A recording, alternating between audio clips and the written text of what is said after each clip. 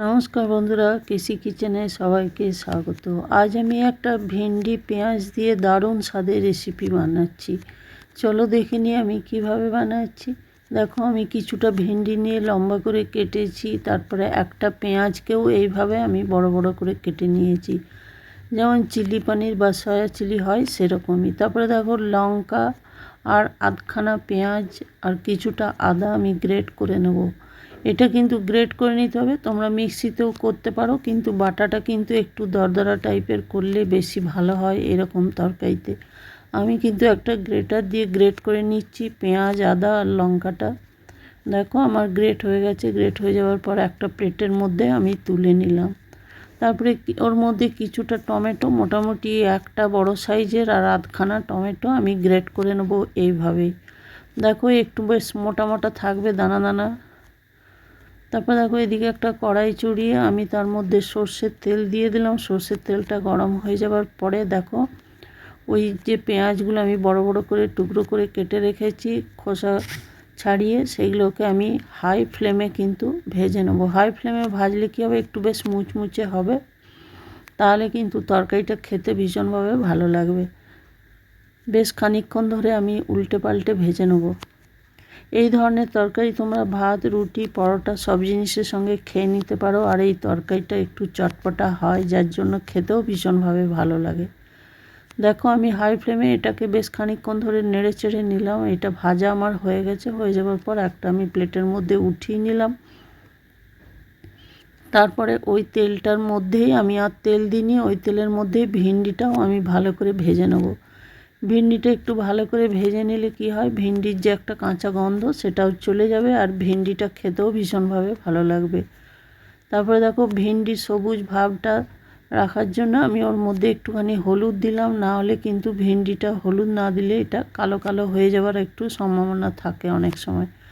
যদি হলুদ দিয়ে ভাজা হয় তাহলে ভিন্ডিটা সবুজের পরিমাণটা অনেকটাই থেকে যায়। দেখো, ভিন্ডিটাও আমার ভাজা ভাজা প্রায় হয়ে এসছে।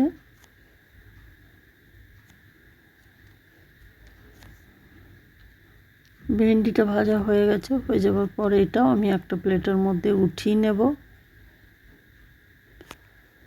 উঠিয়ে নেবার পরে দেখো, ওই কড়াইটার মধ্যেই আমি আরও কিছুটা সর্ষের তেল দিয়ে দিলাম। মোটামুটি ছোটো চামচের 2 চামচের মতো সর্ষের তেল দিয়ে 1 চামচ আমি গোটা জিরে ফোড়ন দিয়ে দিলাম। তারপরে 1 চামচ ছোটো চামচের হিং দিয়ে দিলাম। এটা বেশ একটু ফুটে উঠবে বা ভাজা ভাজা হয়ে যাবে, একটু খুন্তি দিয়ে নেড়ে দিলাম আমি ততক্ষণই, যতক্ষণ না গোটা জিরেটা একটু ভাজা ভাজা হয়ে যায়। তারপর দেখো, ওইদিকে যে পেঁয়াজ, আদা আর লঙ্কাটা আমি গ্রেট করে রেখেছি সেটা আমি দিয়ে দিলাম। দিয়ে দেওয়ার পরে বেশ খানিকক্ষণ ধরে এটা আমি ভেজে নেব।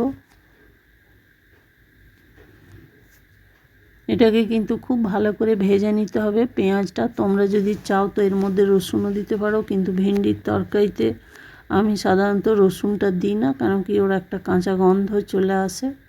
তারপর দেখো, পেঁয়াজটা ভাজা ভাজা প্রায় আমার অনেকটা ভাজা হয়ে গেছে। তারপর আমি ওইদিকে যে টমেটোটা গ্রেট করে রেখেছি সেই টমেটোটাও আমি এটার মধ্যে দিয়ে দেবো। দিয়ে দেওয়ার পরে বেশ খানিকক্ষণ ধরে এটাকেও আমি ভেজে নেব। ভাজতে ভাজতে টমেটোর যে কাঁচা ভাব সেটাও চলে যাবে, আর এর মধ্যে আমি হালকা জল দিয়ে দিয়ে ভেজে নিলাম। ভাজতে ভাজতে দেখো, আমি ওর মধ্যে পরিমাণ মতো নুন দিয়ে দিলাম, 1 চামচ হলুদ দিয়ে দিলাম, 1 চামচ জিরে গুঁড়ো, 1 চামচ ধনে গুঁড়ো আমি দিলাম, আর খুবই ছোটো চামচের 1/2 চামচ আমি কাশ্মীরি লঙ্কার গুঁড়ো দিলাম। গুঁড়ো মশলাটা দিয়ে দেওয়ার পরে আমি একটুখানি 1 কাপের মতো জল দিয়ে মশলাটা আরও কষে নিলাম। গুঁড়ো মশলায় একটু জল দিলে কষতে ভীষণ ভালো হয়, আর কষাটাও খুব ভালো হয়, না হলে কিন্তু পুড়ে যাওয়ার সম্ভাবনাটা বেশি থেকে যায় জল না দিলে। তারপরে দেখো, এটা খুব ভালো করে আমি কষে নেব।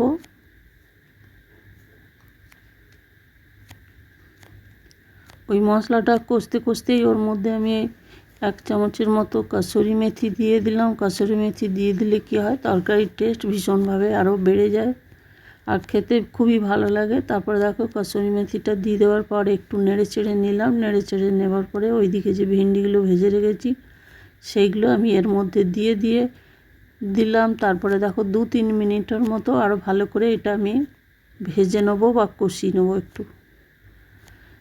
তারপরে দেখো কষানো হয়ে গেছে। কষানো হয়ে যাওয়ার পর আমি ওই যেটা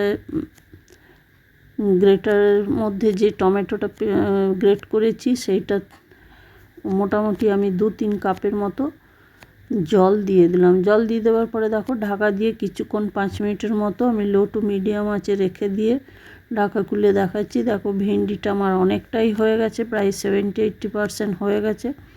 এরপরে আমি ওই দিকে যে পেঁয়াজগুলো ভেজে রেখেছি সেই পেঁয়াজগুলো আমি এরপরে দিয়ে দিলাম এটার মধ্যে। এই সময় দিলে কি হবে, পেঁয়াজটা বেশ গোটা গোটা থাকে আর খেতেও ভীষণভাবে ভালো লাগে। আর আধখানা টমেটোকে আমি লম্বা করে কেটে নিয়ে এর মধ্যে দিয়ে দিলাম। দিয়ে দেওয়ার পরে দেখো ঢাকা দিয়ে আরও আমি 1-2 মিনিটের মতো ঢাকা দিয়ে রেখে দিলাম। তারপরে দেখো আমি ঢাকা খুলে দেখাচ্ছি, আমার ভেন্ডি বা পেঁয়াজ টমেটো সবই সেদ্ধ হয়ে গেছে। আমার রেসিপি যদি তোমাদের ভালো লেগে থাকে তো লাইক, শেয়ার ও কমেন্ট অতি অবশ্যই করে দিও। আর নতুন বন্ধুদের সাবস্ক্রাইব করার অনুরোধ রইল। তারপরে দেখো ঢাকা খুলে দিয়ে আমি 1 চামচের মতো গরম মশলা দিয়ে দিলাম। গরম মশলা দিয়ে কয়েকটা 2-3টে লঙ্কাও আরও দিয়ে দিলাম। দিয়ে বেশ খানিকক্ষণ একটু নেড়ে চেড়ে নিয়ে আমি দেখো গ্যাস বন্ধ করে দিলাম। তারপরে ঢাকা দিয়ে স্ট্যান্ডিং টাইমে 5 মিনিটের মতো রেখে দিলাম। তারপরে দেখো ঢাকা খুলে দেখাচ্ছি। তোমরা ভালো থেকো, সুস্থ থেকো। ফিরে আসছি পরের কোনো রেসিপি নিয়ে। ধন্যবাদ।